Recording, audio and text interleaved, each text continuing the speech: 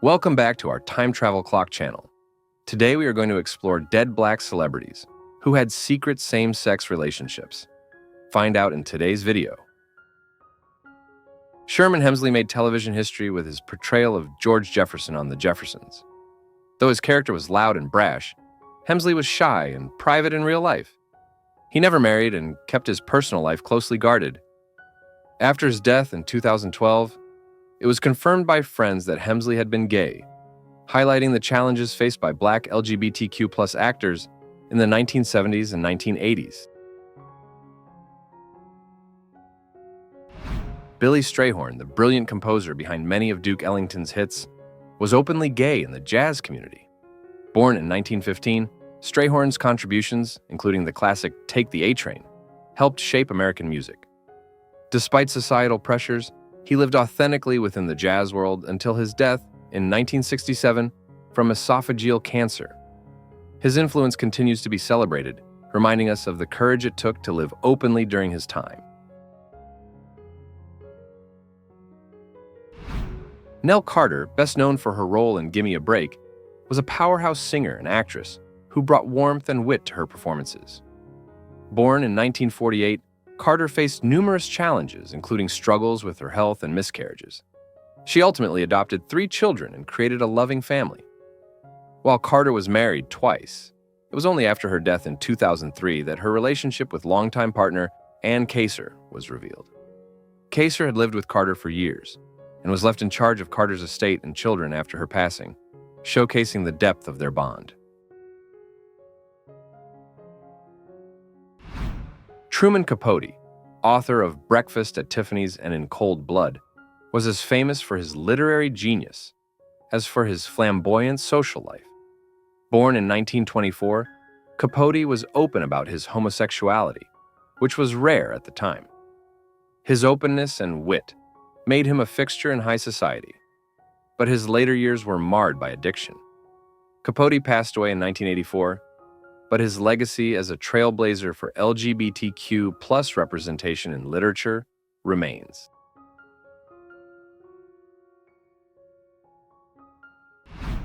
Paul Winfield was an accomplished actor whose career spanned decades. Born in 1939, he gained acclaim for his Oscar-nominated performance in Sounder and his portrayal of Dr. Martin Luther King Jr. in King. Despite his fame, Winfield was known for keeping his personal life private, particularly regarding his sexuality. He never publicly came out, but those close to him knew he was gay. Winfield's long-term relationship with architect Charles Gillen Jr. remained private for most of their lives. The interracial couple's relationship was particularly bold for a time when both race and sexual orientation were highly stigmatized. Winfield passed away in 2004 from a heart attack, leaving behind a legacy marked by groundbreaking roles and quiet perseverance. Sylvester was a groundbreaking figure in the world of disco music. Born in 1947 in Los Angeles, he began his career singing gospel in church. His religious upbringing, however, clashed with his identity as he grew older. Sylvester moved to San Francisco, where he found a community that accepted him, allowing him to express his true self both personally and musically. His biggest hit, You Make Me Feel Mighty Real, became an anthem of empowerment and self-acceptance. While Sylvester was flamboyantly open about his sexuality on stage and in public, he remained private about his personal relationships. He once spoke about the internal struggle he faced due to his upbringing and societal pressures. Despite his short-lived mainstream success, Sylvester never lost his spirit and became an advocate for LGBTQ+ rights, especially during the AIDS crisis, which claimed his life in 1988, at the age of 41. His contributions to music and LGBTQ+ culture continue to resonate long after his death.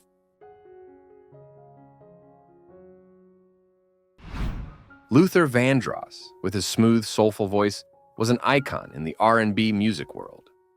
Born in 1951 in New York City, Vandross touched millions with hits like Never Too Much and Dance with My Father, selling over 40 million records worldwide. Despite his songs filled with love and romance, Vandross kept his private life shrouded in mystery. He never publicly dated, fueling rumors about his sexuality. Close friends later revealed that Vandross was gay, but chose not to come out for fear of losing his devoted female fan base. Patti LaBelle, a close friend, disclosed after his death that Vandross feared the impact coming out would have on his career and his family, particularly his mother. Bruce Vilanch, a longtime collaborator, mentioned that Vandross once confided in him about leading a double life. Vandross died in 2005 from complications following a stroke, taking his deeply personal struggles with him.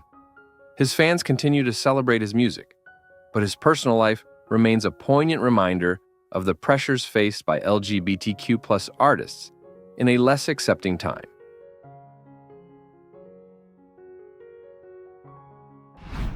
James Baldwin was not only a literary giant, but also a voice for social justice.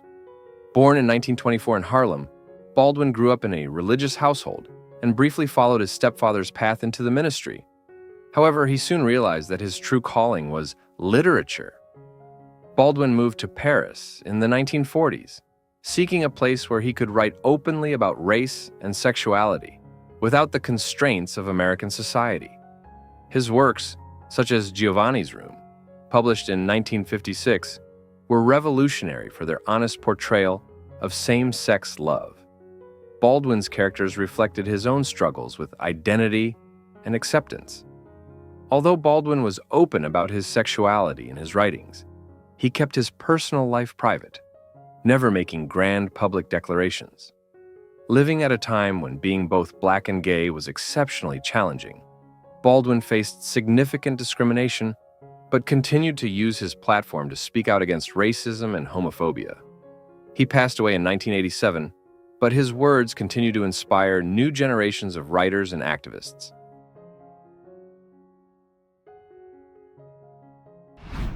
Josephine Baker was more than just an entertainer. She was a force of nature.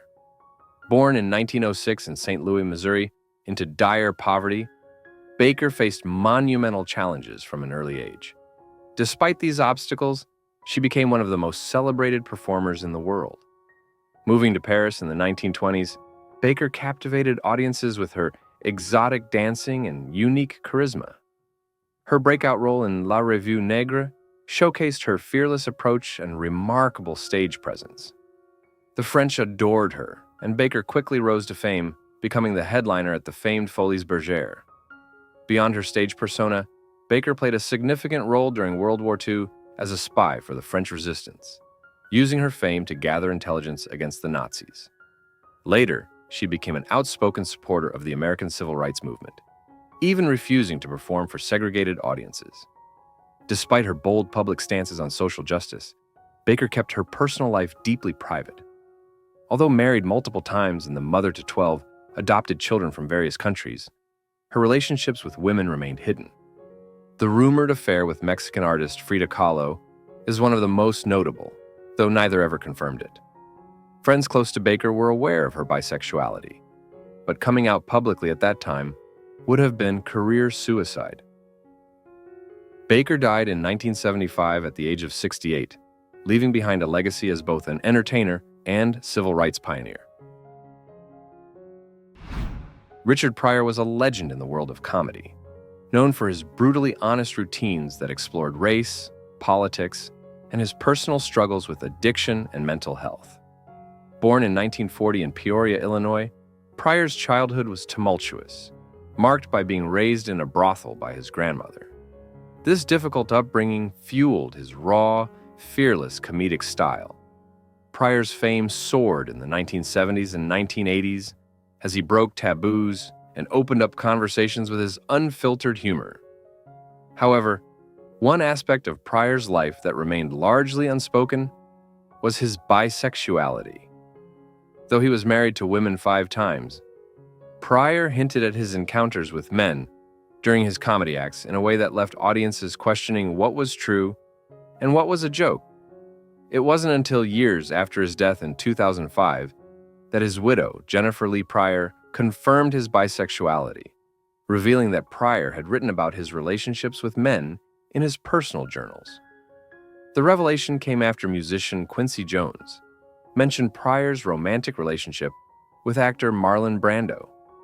While Pryor was open about many aspects of his life, He never publicly disclosed his sexuality, possibly due to fear of fan backlash or the conservative nature of his era. Thank you for taking the time to watch this video. Don't forget to leave us a like, subscribe to the channel, and if you have any questions, don't forget to leave us positive comments. See you in the next video.